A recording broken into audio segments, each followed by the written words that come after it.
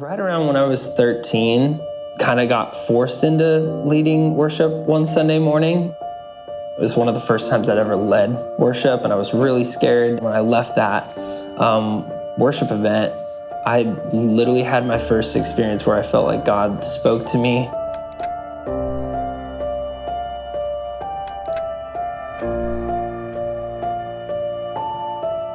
I had a youth pastor that kind of spoke over me and just said that he felt like I had a calling on my life for it. And I was driving down a highway in my hometown called the 168, and I just felt like God said, "This is what I have for you."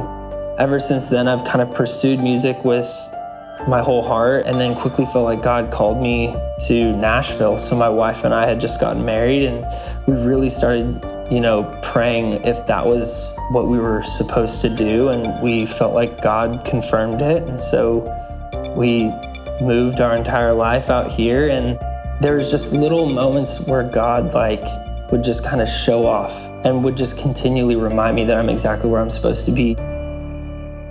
I valeted cars. It was probably about 8 months into living here, and I remember we were running through our budget, and we were just under $500 short of making our rent payment. And I was working 7 days a week. I was trying everything I could. And there was one day, there was this guy, I'd parked his car before. As he comes back out, hand him his keys, say thank you.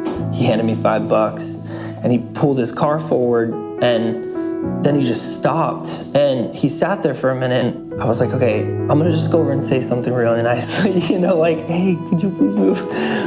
But I went over and I knocked on the window, and as the window rolled down, I just saw his hand do this, and he had, in an envelope, he just had my name written on it.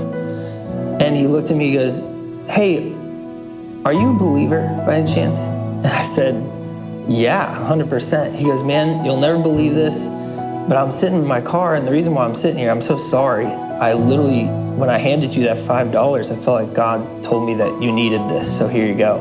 And I opened it up, and the dude wrote me a check for $500.